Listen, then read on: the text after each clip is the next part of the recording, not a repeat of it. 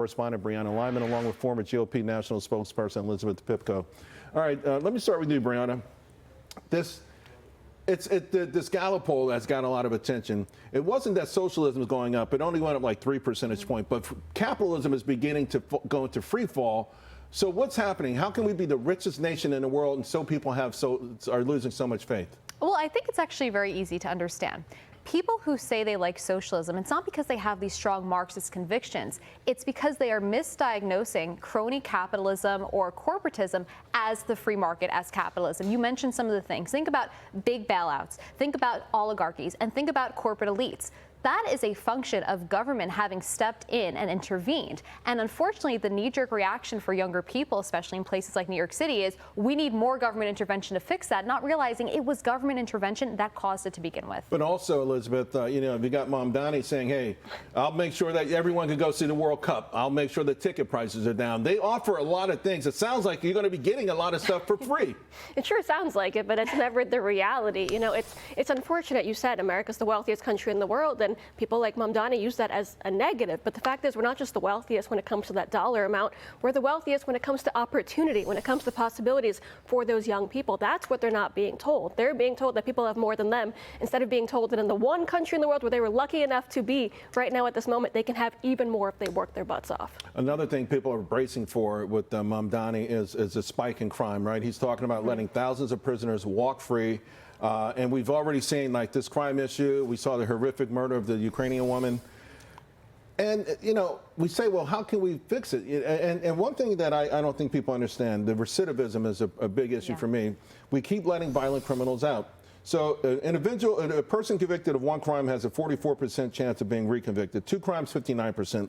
3 crimes, 68%. At some point, you say, you know what, this person's coming back. Should we be getting harder on crime, Brianna, instead of softer? Harder, and you can choose compassion, but only for one group. Either you have compassion for violent offenders and you let them out and they reoffend, as statistics show, or you have compassion for the majority of the public who is good people who does not deserve to be the victim. And unfortunately, if you have a tough on crime approach, not unfortunately, fortunately, a tough on crime approach reduces crime. And in New York City, Zohran Mamdani is trying to finish the job that Bill de Blasio started. Remember, he defunded the NYPD by almost $1 billion. You saw crime spike 2020, 2021. Zohran Mamdani says that he wants to have community departments to send mental health services. We have that. It's called the Be Heard program. 60% of those calls cannot be handled by a mental health professional. They need cops. Mental health professionals are not going to be the solution to violent criminals. Elizabeth? I mean, she's 100% right. It's sad because it's, I still think, the greatest city in the world, but look what we've seen happen over the last few years. Look at the Letitia James case, for example. Look at how much has been spent on politics, basically, on, you know, prosecuting cases that many agree were not legitimate, instead of trying to use those resources to make the city safer and better. We just saw what happened in North Carolina. You talked about it. The fact is, if someone has to escape Ukraine, a war-torn Ukraine, to come to America, to end up in a horrible death like that, we're in a bad situation. And the excuses that have been made by the media and politicians is really bad. You know, the other answer I always talk about on this show, and particularly with the birth rate crisis we're in, is just marriage, right? How about we get married, we start having some kids? Well, did you guys see this NBC poll on Gen Z? Men who voted for Trump, having children is at the top of the list. And women who voted for Harris, having children, is at the very bottom of the list. I mean, there used to be a book called, I think, Men Are From Mars, Women Are From Venus, you know?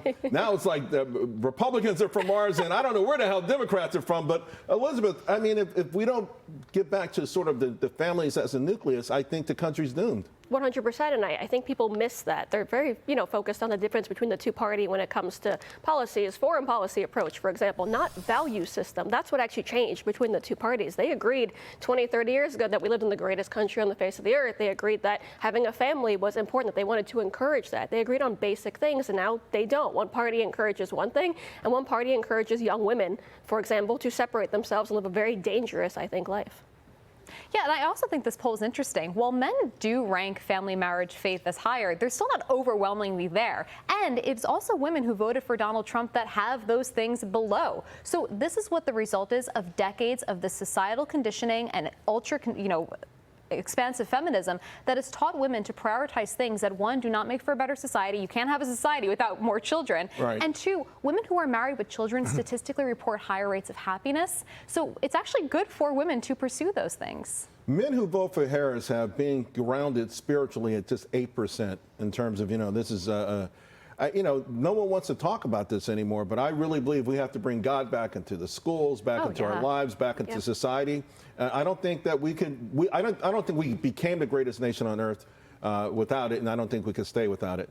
I agree. I don't think we can afford to keep moving in the direction we're going in and encouraging young people to pretend God is not the reason that we live in this very country and that we established the nation that we did. It's very unfortunate we've gone this far, honestly, and has to be reversed immediately. Yeah, and I think if you look at the founders' writing, they invoke the name Providence constantly. It's Providence that gave them the courage to do these things. It's Providence that they rest on. And the fundamental principles of the Declaration are fundamentally Christian principles. All men are created equal. That's Genesis 1:27. So we have to bring faith back into America because that's what keeps us grounded. Right.